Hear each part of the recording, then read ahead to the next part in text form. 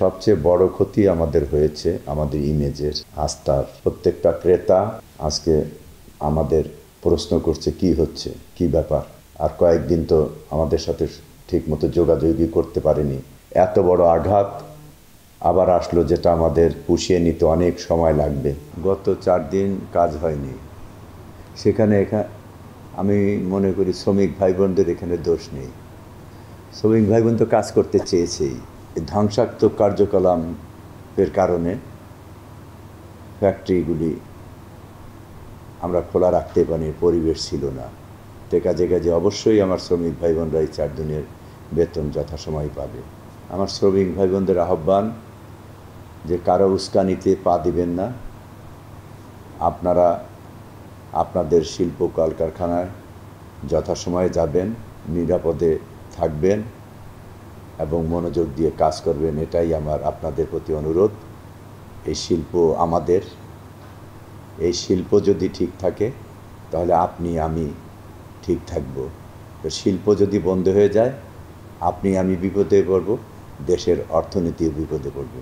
ঢালাইয়ে দৃঢ়তা, নির্মাণে নিশ্চয়তা। প্রিমিয়ার সিমেন্ট, ঢালাইয়ের রাজা।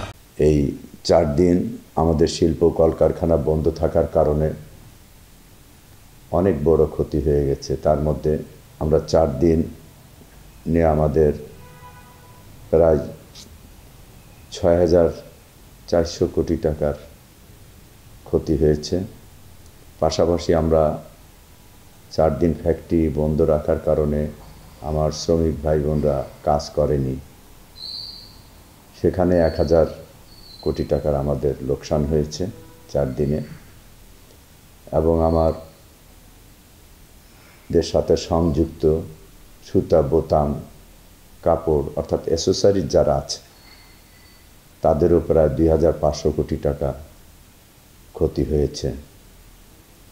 বিশেষ করে সবচেয়ে বড় ক্ষতি আমাদের হয়েছে আমাদের ইমেজের, আস্থার। কারণ হলো আমাদের যারা ক্রেতা আছেন,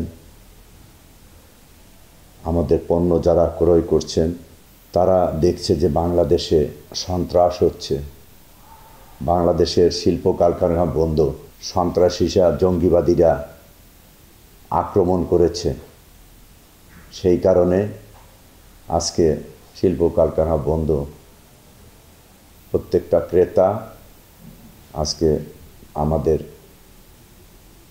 প্রশ্ন করছে কি হচ্ছে, কি ব্যাপার। আর কয়েকদিন তো আমাদের সাথে ঠিকমতো যোগাযোগই করতে পারেনি।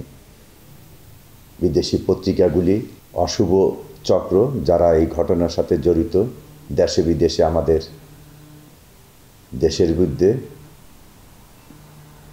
এবং সরকারের বিরুদ্ধে অপপ্রচার করে আমাদেরকে হেয় করেছে। কারণ আমরা সুন্দর একটি পরিবেশে, শান্তিপূর্ণ পরিবেশে, একটা ব্যবসা বান্ধব পরিবেশে বলতে গেলে আমরা শিল্প কারখানাগুলি চালাচ্ছিলাম। বিধায় আমাদের ক্রেতা দিন দিন বাড়ছিল। যদিও আমাদের প্রাইস আপনারা জানেন খুবই ডাউনের দিকে, আমরা খুবই চ্যালেঞ্জের মধ্যে ছিলাম। ঠিক সেই মুহূর্তে আমাদের এত বড় আঘাত আবার আসলো, যেটা আমাদের পুষিয়ে নিতে অনেক সময় লাগবে। কারণ যে ইমেজ সংকট সৃষ্টি করলো এই সমস্ত সহিংস ঘটনার মধ্যে দিয়ে, তাতে আমাদের অনেক দিন একটু সময় লাগবে এটা কভার দিতে।